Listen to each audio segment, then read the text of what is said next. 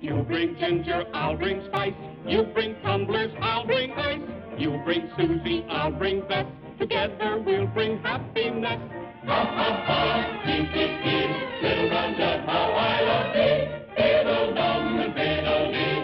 Little brown jug, oh, you're for me. Greetings, my name is Josh Davis. Like a lot of people, I grew up on the cheapest beer I could find, usually in the shiniest bottles with the most memorable commercials. But now, I found myself in the mecca of Southern California craft beers. So I went on a journey and discovered where art and beer converge.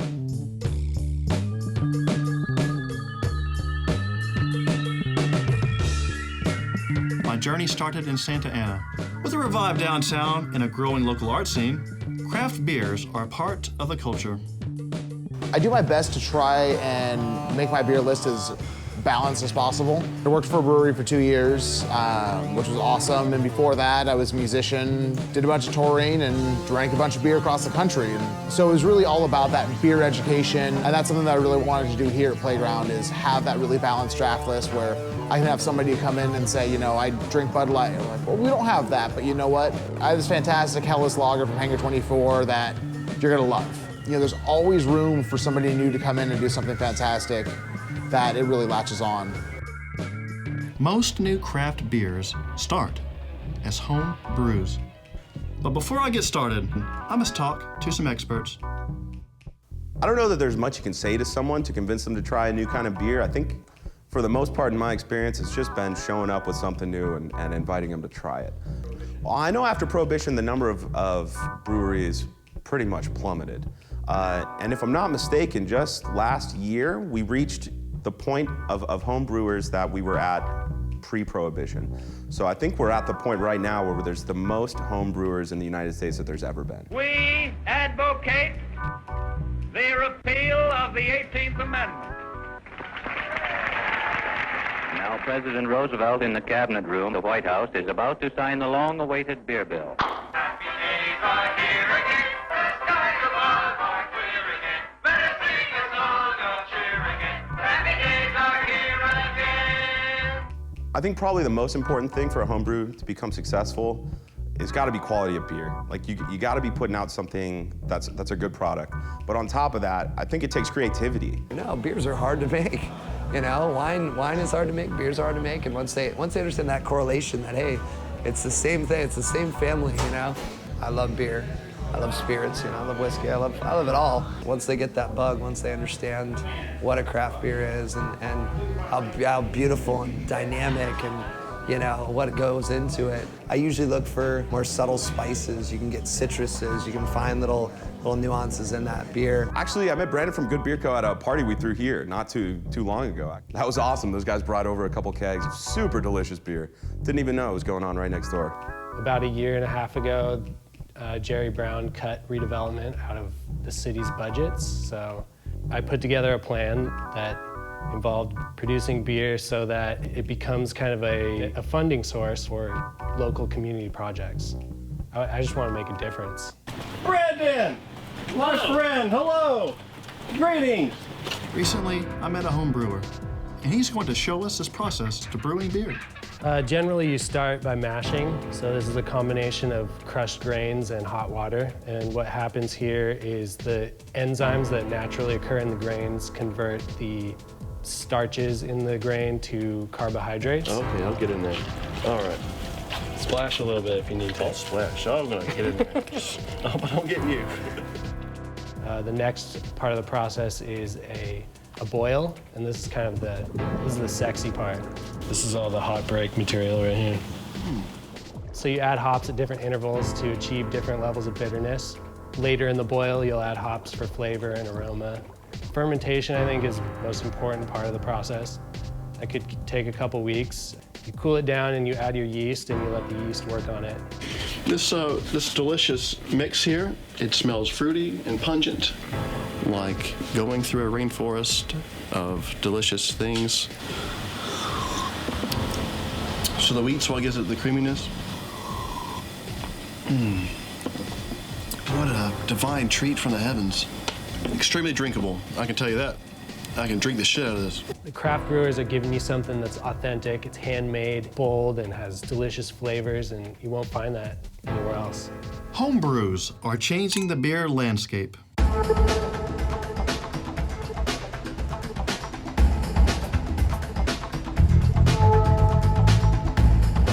The future of beer from new beer drinkers, they're being exposed one by one to these craft beers with all these different flavors. We're in a craft beer revolution right now. You're seeing some defection from the big three breweries that dominate the market now. The homebrew movement, in my mind, is like baseball. It's like the minor leagues. You have guys in their garage making all these brews and having their friends test it out. And after a while, their friends become more and more friends and they get popular. Once you get a good following with your home brews, you know, people want more and more, so you end up trying to make more and more beer, which turns into a brewery. With time and investment, the home brew grows into a craft brewery. It takes passion. It takes thinking out of the box. Don't be held down to someone's idea of what beer should taste like.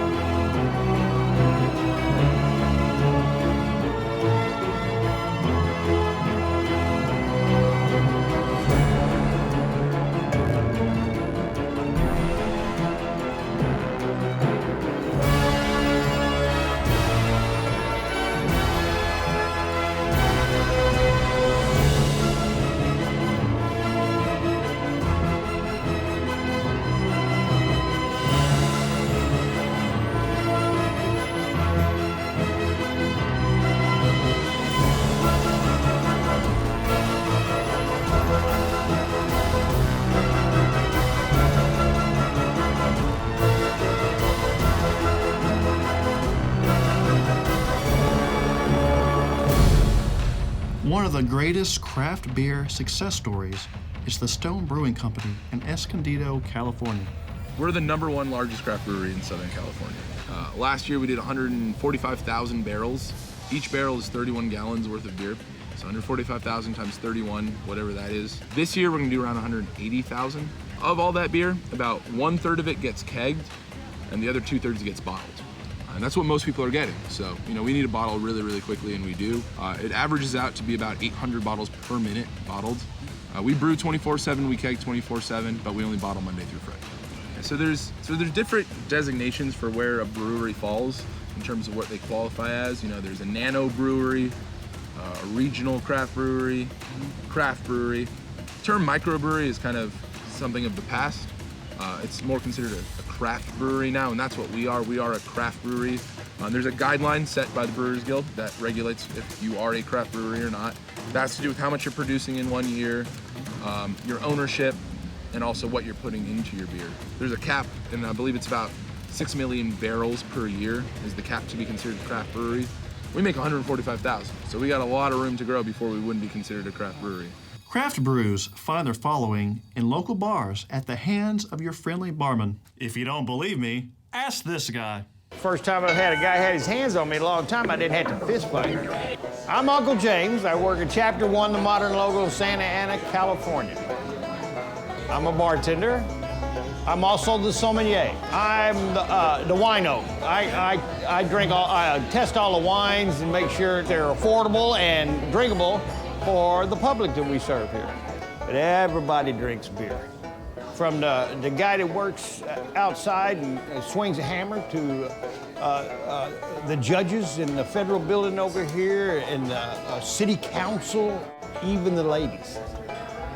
Especially the ladies nowadays. Beer drinkers are getting more sophisticated than they used to be. It used to be a light beer or a mainstream beer that everybody in the world drinks because it's ready, available in the grocery stores, the 7-Elevens, AM, PM markets, whatever, and they can just pick it up and take it home. But now they're getting sort of like wine drinkers. People are starting to drink a lot of different styles of beer. Out here, it's the West Coast IPAs, which have taken over the market, in a sense. If you don't have them, you're going to lose a lot of customer base. Once there was a guy named Bill. He was strong but had no will. Friday pay was his big thrill. For Saturday from Neroville. Singing ha, ha, ha. Me, me, me. Little brown girl, how I love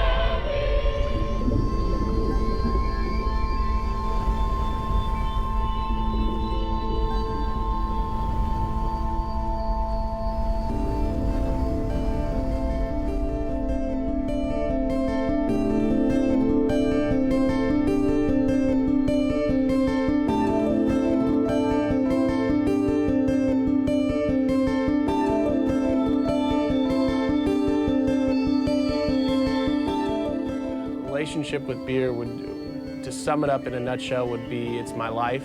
It's what I do for a living. It's ever since I could remember running around these stores as ankle high of everybody else. I used to just mess around, mess the bottles up, and get my grandfather all upset, and he'd have to go fix them. But Hollingshead started in 1963. We've been family ran ever since we opened, 49 years in business. It's a fun place to come check out. You can't describe it. When you walk in, I get so many people that they open the door and they kind of look around like, what the heck is this place?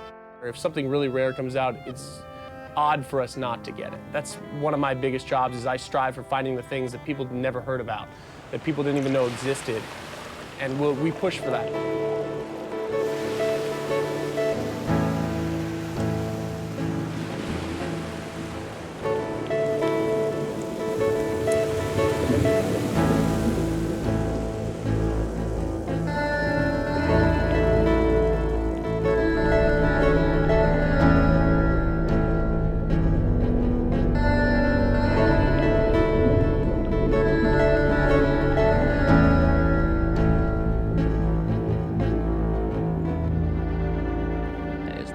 Beautiless slides by.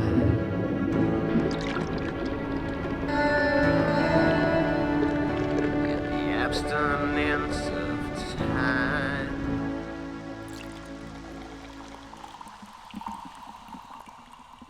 Budweiser, Miller, and Coors, those are the three real big ones in America. They're really taking a hit compared to their normal profits because of this huge craft brew movement. They've started to make really light beers, saying, oh, everybody's got to lose weight in America, so we need to drink something that tastes like water or piss. And that's the thing, is that they've watered it down to kind of suppress what's great about beer, what made it this staple for the last, 1,000 years. It's tough to say that I hate, the big domestic companies, because there's a time and place for everything. Like, I'm not going to play too many games of beer pong with Stone IPA. People that drink it just enjoy it. It's a cult. They're beer geeks, and they're IPA freaks. They just go nuts over this stuff. I don't understand it, but then again, you give me a Bud Light, I'm going, yeah, thank you. If you're buying, I'll drink anything you're drinking. It doesn't make any difference. I get it now. I get it why people are all hop crazy. There is a beer out there for somebody that bridges the gap. I think we need it, and it's something that's going to bring a lot of pride to the area, because it's nice to drink a beer that's brewed locally. The bottom line is we want to do something that's good for downtown Santa Ana. It feels good. You feel like you're supporting the area that you're a part of. Because it's such a cool community with such great culture, and we want to perpetuate that. We're all actually really, really good friends. We all want to help each other out. It's all about just craft beer doing well. It's not about us doing well. It's about everyone doing well. The most important thing that I've learned is the beer that you find in most locations is just the tip of the iceberg. To find the real beer, you have to go out and find it. On my quest to find the divine drink of the heavens, I've learned from entrepreneurs, artists, enthusiasts, amateurs, and professionals. Thanks to them, I've truly discovered the art of beer.